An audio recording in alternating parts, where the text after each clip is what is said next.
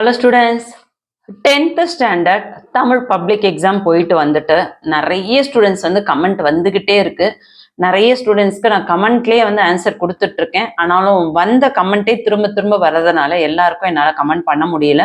ஏன்னா கண்டினியூஸாக பார்த்தீங்கன்னா வீடியோஸும் அப்லோட் பண்ணிட்டு இருக்கோம். ஸோ இங்கிலீஷ் எக்ஸாம் நாளைக்கு நடக்க இருக்கிறதுக்காக ஸோ என்னென்ன அவங்களோட கமெண்ட் டாப் மோஸ்ட் கமெண்ட்டோட அந்த டவுட் என்ன அப்படின்றத நான் தமிழுக்கும் சரி இங்கிலீஷ்க்கும் சரி நான் இதில் கிளியர் பண்ண போகிறேன். வெறும் கமெண்ட்டுக்கான ஆன்சர் அப்படின்னு சொல்லிட்டு ஸ்கிப் பண்ணிடாதீங்க. நாளைக்கு ஏப்ரல் 2 இங்கிலீஷ் பப்ளிக் எக்ஸாம்ஸில் நீங்கள் என்னெல்லாம் பண்ணணும், என்னெல்லாம் பண்ணக்கூடாது, எதெல்லாம் பண்ணால் உங்களுக்கு ஈஸியாக மார்க்ஸ் ஸ்கோர் பண்ணலாம் அப்படின்னு சொல்லிட்டு நான் ஜஸ்ட் எனக்கு தெரிஞ்ச அனுபவங்களை உங்களுக்கு நான் ஷேர் பண்ண போகிறேன். ஸோ வீடியோவை தொடர்ந்து பாருங்கள். ஃபஸ்ட்டு தமிழுக்கான அந்த என்னென்ன மிஸ்டேக்ஸ் நீங்கள் பண்ணியிருக்கீங்க, அதில் என்னென்ன சரி என்னென்ன தவறு அப்படின்றத ஃபர்ஸ்ட் நான் கிளியர் பண்ணிடுறேன். 10th தமிழ் பப்ளிக் எக்ஸாம்ஸ் முடிச்சுட்டு வந்த உடனே எனக்கு வந்துட்டு இருக்க அதிகபட்சமான கமெண்ட் என்ன அப்படின்னு பார்த்தீங்கன்னா, படிவத்துக்கு நான் கொஸ்டின் நம்பர் போடலை, எனக்கு மார்க் போயிடுமா அப்படின்னு கொஸ்டின் கேட்டிருக்கீங்க. நீங்க என்ன கொஸ்டின் கேட்டிருக்காங்களோ, அதாவது படிவத்துல என்ன கேள்வி கேட்டிருக்காங்களோ அதற்கேற்ற சரியான படிவம் அப்படின்றது நீங்க வந்து ஒரு எம்டி பேப்பர்ல எழுத போறது இல்லை. படிவத்துக்குன்னு உங்களுக்கு ஒரு 2-3 ஷீட் கொடுத்துருப்பாங்க இல்லையா? ஸோ அந்த கரெக்டான ஷீட்ல படிவத்துக்கான நீங்க என்ன படிவம் கொஸ்டின்ல கேட்டிருக்காங்களோ அந்த படிவத்தை நீங்க அட்டன் பண்ணீங்களோ, ஸோ அதுக்கு கொஸ்டின் நம்பர் எழுதலைன்னா கண்டிப்பா உங்களுக்கு மார்க்ஸ் வரும். ஃபார் எக்ஸாம்பிள், கொஸ்டின்ல கேட்டிருக்கிறது ஒரு படிவம், ஆனா நீங்க எழுதியிருக்கிறது வேற ஒரு படிவத்துல ஃபில் பண்ணிட்டீங்க அப்படின்னா அதற்கு மார்க் வராது. சொன்னது புரிஞ்சுங்களா? ஸோ இதுக்கு கொஸ்டின் நம்பர் போடலைனாலும் கண்டிப்பா மார்க் கொடுத்துருவாங்க. ஆனால் 8 மார்க் கொஸ்டின்ஸ்ல கொஸ்டின் நம்பர் போட்டுட்டேன், ஆப்ஷன் எழுதலை. ஆப்ஷன் என்ன? ஆன்னு வரும் அல்லது ஆன்னு வரும் இல்லையா? ஸோ கொஸ்டின் நம்பர் போட்டுட்டு நீங்க ஆப்ஷன் போடலைன்னா ரூல்ஸ் பிரகாரம் மார்க் வராது.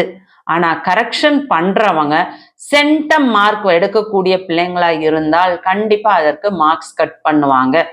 ஆனா சென்டம் எடுக்காத பிள்ளைங்களுக்கு அதற்கு மார்க்ஸ் கட் பண்ண மாட்டாங்க. ஏன்னா கரெக்ஷன் பண்றவங்க ரொம்ப ஸ்ட்ரிக்டா இருக்காங்க அப்படின்னா கண்டிப்பா அதுக்கு மார்க் குறைப்பாங்க. அதே ஸ்ட்ரிக்டா இல்லாம கொஞ்சம் பிள்ளைங்க மேல கொஞ்சம் கருணையின் அடிப்படையில மார்க்ஸ் போடுறதுக்கு வாய்ப்புகள் அதிகமா இருக்கு. 99% மார்க் வந்துடும். ஸோ மீதி 1% தான் டவுட்டு.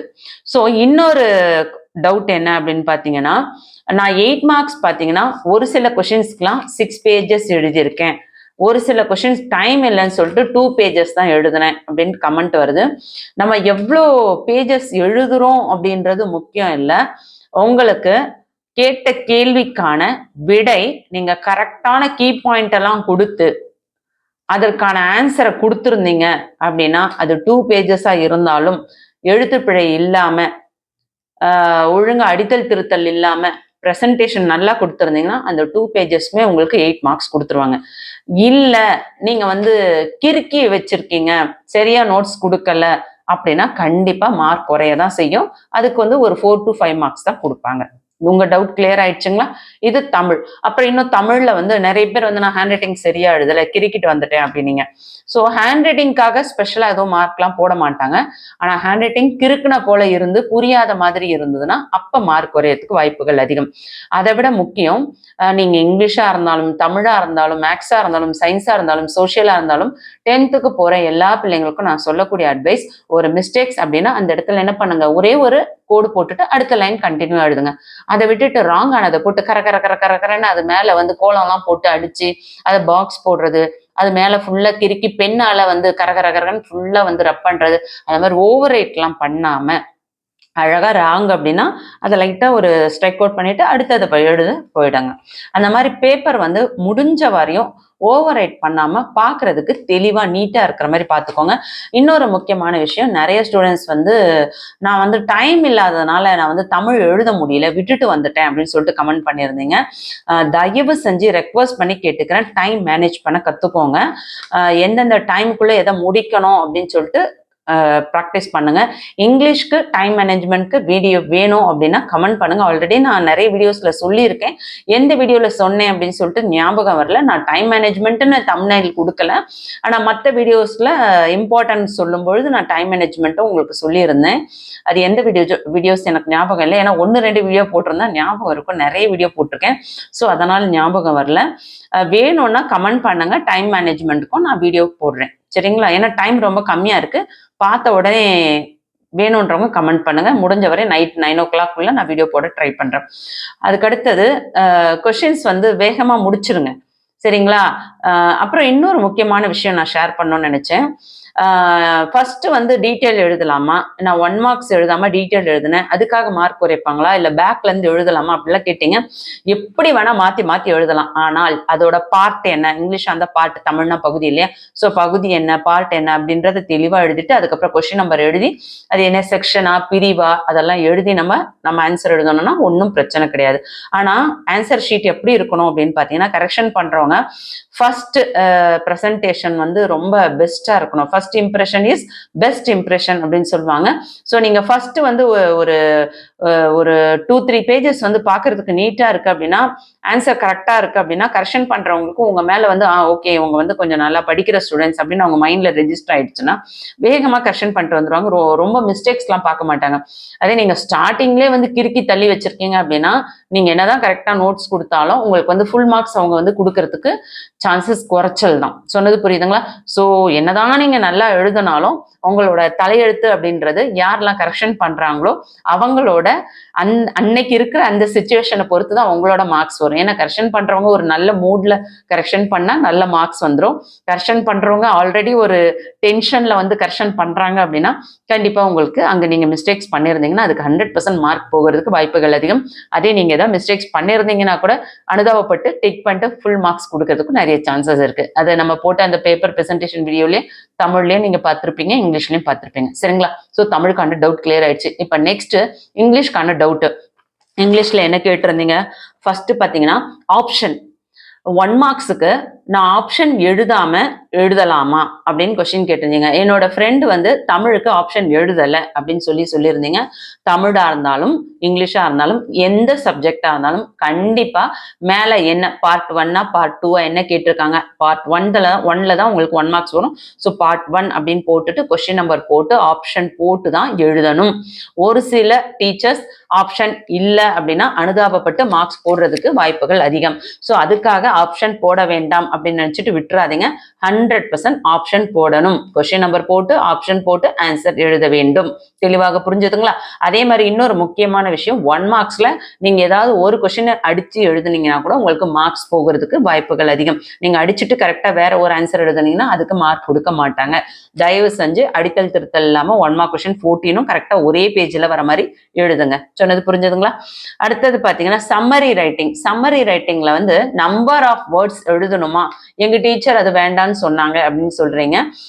நோட் மேக்கிங்க்கு தான் அது தேவையில்லை. சம்மரி ரைட்டிங்க்கு number of rough copy, number of words rough copy, number of words fair copy அப்படின்னு சொல்லிட்டு கண்டிப்பா எழுதணும். உங்க டீச்சர்ஸ் வந்து வேண்டாம் அப்படின்னு சொன்னாங்கன்னா அதை நீங்க ஃபாலோ பண்றதுனால பண்ணிக்கலாம். எனக்கு தெரிஞ்சு என்னோட அனுபவமும் பிளஸ் ஸ்டடி மெட்டீரியல்ஸ்ல உங்களுக்கு கீழே கொடுக்கறதே வந்து நம்பர் ஆஃப் வேர்ட்ஸ் சொல்லி தான் கொடுக்குறாங்க. ஸோ 99% எழுதுறது பெட்டர் அப்படின்றது என்னோட ஒரு முடிவு. அதுக்கு அடுத்தது 8 mark வந்து ஸ்டார்ட் பண்ணலாமா, இங்கிலீஷ்ல 8 marks ஸ்டார்ட் பண்ணலாமா அப்படின்னு கேட்டிருந்தீங்க. கண்டிப்பா ஸ்டார்ட் பண்ணலாம். ஆனா இங்கிலீஷ்ல நீங்க எதை ஸ்டார்ட் பண்றதா இருந்தாலும் 8 mark இருந்தாலும் 5 mark இருந்தாலும் 2 mark இருந்தாலும் ஃபர்ஸ்ட் வந்து எந்த ஒரு கிராமர் மிஸ்டேக்ஸும் ஸ்பெல்லிங் மிஸ்டேக்ஸும் இல்லாம நீட் ப்ரெசன்டேஷன்ல எது ரொம்ப பர்ஃபெக்டா கரெக்டா உங்களுக்கு தெரியுமோ அதை நீங்க ஃபர்ஸ்ட் எழுதுங்க. இல்லை எனக்கு 1 mark கொஸ்டின்ஸ் 14 நல்லா அழகா எழுதிடுவேன், எனக்கு கரெக்டா தெரியும் அப்படின்னா நீங்க 14 கரெக்டா உங்களால எழுத முடியும்னா அதையும் எழுதுங்க. ஏன்னா எது வந்து முதல்ல நீங்க எழுதுறீங்களோ அதை கரெக்ஷன் பண்ணும்போது உங்களுக்கு ஃபுல் மார்க் வருதுன்னா அடுத்தடுத்து வந்து ஃபுல் மார்க்ஸ் வர்றதுக்கு நிறைய வாய்ப்புகள் அதிகம். ஸோ அதனால ஃபர்ஸ்ட் வந்து எது ஃபுல் மார்க்ஸ் உங்களுக்கு வரும் நம்பிக்கை இருக்கோ அந்த பார்ட்டை ஃபர்ஸ்ட் எழுத பாருங்க. சொன்னது புரியுதுங்களா? ஹேண்ட் ரைட்டிங் அழகா வரணும், மார்க்ஸ் நிறைய வரணும் அப்படின்னு சொல்லிட்டு ஒரு 2-3 பேஜஸ்க்கு நீங்க வந்து ரொம்ப அழகா நிதானமா எழுதிட்டு அதுக்கப்புறம் லாஸ்ட் டைம்ல கிறுக்கி தள்ளிட்டு பேப்பர் கொஸ்டின் ஆன்சர்ஸை எழுதாம மிஸ் பண்ணிட்டு வந்துடாதீங்க. ஸோ ஸ்டார்டிங்ல இருந்தே கொஞ்சம் வேகமா எழுத பழகுங்க. அதே நேரத்துல ஹேண்ட் ரைட்டிங்கும் கொஞ்சம் அழகா வர மாதிரி பார்த்துக்கோங்க. ஓகேங்களா? அடுத்தது சினோப்சிஸ் போடலாமா? கண்டிப்பா வந்து சினோப்சிஸ் போட்டு எழுதுங்க. பார்க்கறதுக்கு பிரசன்டேஷன் அழகா நல்லா இருக்கும். சினோப்சிஸ் கண்டிப்பா போடலாம். உங்களோட பிரசன்டேஷன் தான் உங்களுக்கு ஃபுல் மார்க்ஸ் வாங்கி கொடுக்கும். நாங்க போடுற வீடியோஸ்ல நோட்ஸ்ல வந்து சினோப்சிஸ் இல்லை அப்படின்றதுக்காக நீங்க வந்து வேண்டாம் அப்படின்னு அர்த்தம் கிடையாது. 100% போடலாம். அதுக்கு அடுத்தது ஓனா எழுதலாமா அப்படின்னு ஒரு சில ஸ்டூடெண்ட்ஸ் கேட்டிருந்தீங்க. உங்களுக்கு இங்கிலீஷ் கிராமர் நாலேஜ் இருக்கு அப்படின்னா நீங்க ஓனா எழுதுங்க. ஆனா அந்த ஸ்டோரி தெரியும் அப்படின்னா நீங்க ப்ரோஸா இருந்தாலும் போயமா இருந்தாலும் சப்ளிமெண்ட்ரியா இருந்தாலும் ஓனா எழுதலாம். ஆனால் கிராமர் மிஸ்டேக்கோட அங்க இருக்க ஸ்டோரியே வந்து நீங்க மாத்தி நீங்க உங்க ஓன் ஸ்டோரியை நீங்க எழுதுனீங்கன்னா அங்க மார்க்ஸ் கொடுக்க மாட்டாங்க. ஓகேங்களா?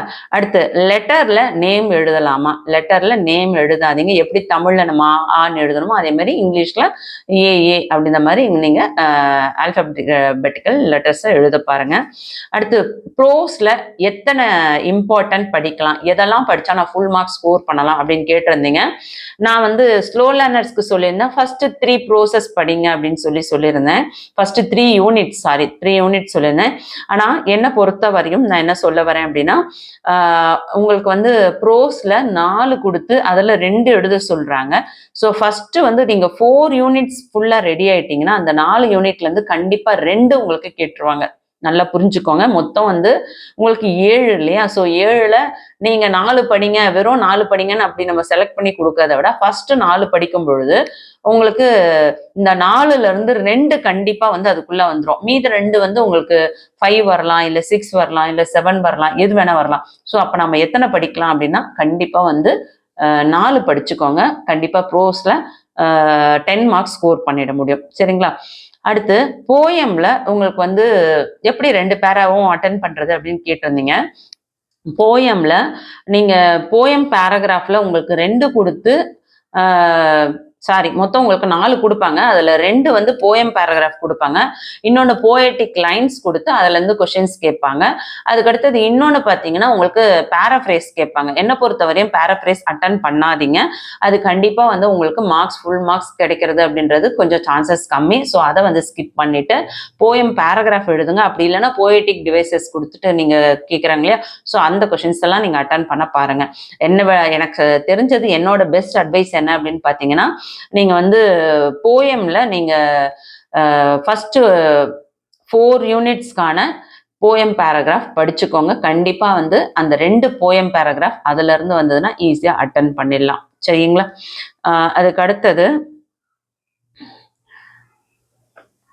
Supplementary reader.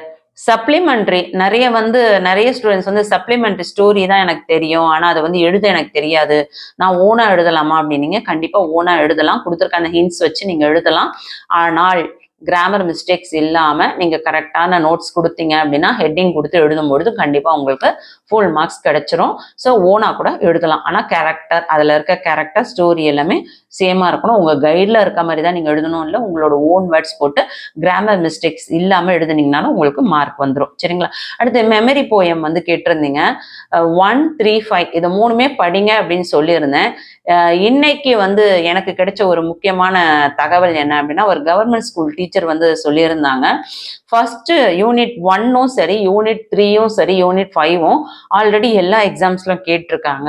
ஸோ 2025ல 6th யூனிட்ல இருக்க போயம் வர்றதுக்கும் வாய்ப்புகள் அதிகமாக இருக்கு. ஸோ முடிஞ்ச வரையும் நீங்க 6th யூனிட்டையும் படிக்க முடியும்னா தயவு செஞ்சு படிச்சிருங்க. தயவு செஞ்சு இதை வந்து தவறா எடுத்துக்க வேண்டாம். லாஸ்ட் மினிட்ல சொல்றேன்னு சொல்லிட்டு இது எனக்கு ரீசெண்டா கிடைச்ச நியூஸ். இப்பதான் எனக்கு வந்து இதை அப்டேட் பண்ணாங்க. ஸோ தயவு செஞ்சு 1, 3, 5 அது 3மே தெரியும் அப்படின்றவங்க 6யும் முடிஞ்சா படிக்க பாருங்க. ஏன்னா போயமை வந்து நம்ம மிஸ் பண்ணாம எழுதணும். போயம்ல வந்து நீங்க எங்கெல்லாம் வந்து கேபிட்டல் லெட்டர்ஸ் வருதோ அது கண்டிப்பா கேபிட்டல் லெட்டர் எழுதணும். அதுல நீங்க ஸ்மால் லெட்டர்ஸ் எழுதுனீங்கன்னா கூட அதுக்கு உங்களுக்கு மார்க்ஸ் போயிடும்.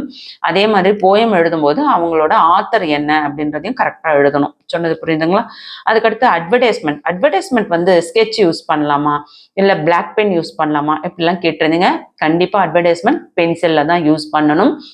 நீங்க வந்து நான் உங்களுக்கு பேப்பர் பிரசன்டேஷன் வீடியோ வந்து ஸ்கேன் காப்பியில நான் வீடியோ போட்டிருந்தேன். Scan copy means xerox copy. அது பார்த்தீங்கன்னா, உங்களுக்கு ஜெராக்ஸ் எடுக்கிறதுனால அது பிளாக் கலர்ல இருக்கு. சரிங்களா? ஸோ அவங்க எல்லாருமே வந்து பென்சில்ல ட்ரா பண்ணியிருக்காங்க. உங்களுக்கு அது பிளாக் பென் மாதிரி தெரியுது. ஸோ பிளாக் பென்ல அவங்க எழுதவும் இல்ல. பிளாக் பென்ல அவங்க அட்வர்டைஸ்மென்ட் ட்ரா பண்ணவும் இல்ல. ஸோ கண்டிப்பா வந்து நீங்க அட்வர்டைஸ்மென்ட்ட பென்சில் தான் யூஸ் பண்ணணும். ஃபர்ஸ்ட் என்ன பண்ணுங்க, அட்வர்டைஸ்மென்ட்க்கு பார்த்தீங்கன்னா, சுத்தி வந்து பார்டர் போட்டு அதுக்கப்புறம் ஹெட்டிங் போடுங்க. அது என்ன ஒரு ஷாப்பா இருந்ததுன்னா ஷாப் நேம் கொடுங்க. அதுக்கப்புறம் என்ன ஸ்லோகன் சொல்றாங்க அது எழுதுங்க. இப்ப டிராயிங் இப்ப வந்து துணிக்கடை அப்படின்னாக்கா அந்த ஃப்ராக் மாதிரி சாரி மாதிரிலாம் வரைஞ்சு காட்டுங்க. இல்லை ஒரு ஜுவல்லர்ஸ் அப்படின்னா நீங்கள் ஆர்னமெண்ட்ஸ்லாம் வரைஞ்சு காட்டுங்க. கம்மல் மாதிரி, ஜிமிக்க மாதிரி, வளையல் மாதிரி இதை மாதிரிலாம் வரைஞ்சு காட்டுங்க. ஸோ என்ன கேட்குறாங்களோ அதுக்கேற்ற மாதிரி கொஞ்சம் நீங்கள் வந்து அங்கே வந்து பிக்சர்லாம் வரைஞ்சிங்க அப்படின்னா உங்களோட அந்த அட்வர்டைஸ்மெண்ட்க்கு ஃபுல் மார்க்ஸ் 5 மார்க்ஸ் கொடுத்துருவாங்க. அதை விட முக்கியம் உங்களோட கொஸ்டின்ஸில் என்னென்னலாம் ஹிண்ட் கொடுத்துருக்காங்க அது எல்லாமே அந்த அட்வர்டைஸ்மெண்ட்டில் கண்டிப்பாக நீங்கள் சேர்க்கணும். அது கூட அடிஷ்னலாக வேணால் சேர்க்கலாமே தவிர ஆனால் கொஸ்டினில் கொடுக்குறதுல எதுவும் ஒன்று கூட மிஸ் பண்ணாதீங்க. கண்டிப்பாக email ID, phone number, address இதெல்லாம் கண்டிப்பாக கொடுத்துருக்கணும். சின்னது புரியுதுங்களா? அதுக்கு அடுத்தது பார்த்தீங்கன்னா எல்லாரும் வந்து கேட்கக்கூடிய ஒரு முக்கியமான விஷயம், இங்கிலீஷ் பேப்பர் கஷ்டமா இருக்குமா ஈஸியா இருக்குமா? கண்டிப்பா வந்து ஈஸியா தான் வரும். கவலை கொள்ள வேண்டாம். கஷ்டம் அப்படின்னு ஃபீல் பண்றவங்க யார் அப்படின்னு பார்த்தீங்கன்னா 100க்கு 100 வாங்குறவங்களுக்கு தான் கஷ்டமா இருக்கும். அது கூட கொஸ்டின் பேப்பர் கஷ்டமா இருக்கும் அப்படின்னு சொல்ல முடியாது. ஆன்சர் நம்ம ப்ரெசென்ட் பண்ணும்போது நம்ம செய்யக்கூடிய சின்ன சின்ன மிஸ்டேக்ஸ்ல தான் நமக்கு மார்க்ஸ் போகுமே தவிர கண்டிப்பா வந்து 100% ஈஸியா தான் இருக்கும். அப்படியே கஷ்டம் அப்படின்னு நம்ம ஃபீல் பண்றோம் அப்படின்னா ஒன்று சினானிம்ஸ்ல எங்கேயாவது இன்சைட்ல இருந்து ஏதாவது ஓன் வேர்ட்ஸ் ஏதாவது கேட்டிருந்தால் அங்கே அட்டன் பண்ண முடியாம நம்ம அவஸ்தைப்படுற மாதிரி இருக்கலாம். ஸோ இந்த மாதிரியான சுச்சுவேஷன்ல தான் வந்து உங்களுக்கு சென்டம் வாங்க முடியாம போகுமே தவிர்த்து கண்டிப்பா வந்து கொஸ்டின் பேப்பர் ஈஸியா தான் வரும். நான் தமிழுக்குமே சொன்னேன் ஈஸியா கொஸ்டின் பேப்பர் வரும்னு சொல்லியிருந்தேன். ஸோ இங்கிலீஷ்க்குமே 100% ஈஸியா வரும். அப்படியே கஷ்டமா வருது அப்படின்னா 1 or 2 மார்க்ஸ் மட்டும் தான் கஷ்டமா இருக்கும். அது கூட பார்த்தீங்கன்னா சென்டம் எடுக்கிறவங்களுக்கு தான் ஒரு பெரிய சேலஞ்சிங்கா இருக்கும். அதையும் நீங்க ஒரு முறைக்கு 2 முறை கொஸ்டின் படிச்சுட்டு அண்டர்ஸ்டாண்ட் பண்ணீங்கன்னா நிதானமா கண்டிப்பா அதையுமே உங்களால அட்டன் பண்ண முடியும். எடுத்த உடனே அந்த ஆன்சர் தெரியல அப்படின்னா என்ன பண்ணுங்க, தெரிஞ்சதெல்லாம் முதல் முடிச்சுட்டு கண்டிப்பா இங்கிலீஷ்க்கு ஒரு 1/2 hour எல்லாருக்கும் எக்ஸ்ட்ராவே டைம் கிடைக்கும். அந்த லாஸ்ட் மினிட்ல கண்ணை மூடிட்டு அப்படியே நம்ம பேப்பரை பார்த்த மாதிரியே கண்ணை மூடிட்டு அப்படியே ஒரு நிமிஷம் மெடிடேஷன் பண்ற மாதிரி கொஞ்சம் அப்படியே ப்ரீத் இன் ப்ரீத் அவுட் பண்ணிட்டு கொஞ்சம் ரிலாக்ஸ்டா யோசிச்சோன்னா கண்டிப்பா கரெக்டான ஆன்சர் கிடைக்கும். நான் சொல்றத ட்ரை பண்ணி பாருங்க. எல்லாரும் எக்ஸாம்ஸ்க்கு பதட்டம் இல்லாம பக்காவா போங்க. இன்னைக்கு நைட்டே எல்லாத்தையும் முடிச்சுக்கோங்க. மார்னிங்ல எதையும் படிக்கணும் அப்படின்னு நினைச்சிட்டு டென்ஷன் கொள்ள வேண்டாம். எல்லாரும் எக்ஸாம்ஸ் நல்லா பண்ணுங்க. All the best my dear student. Thank you.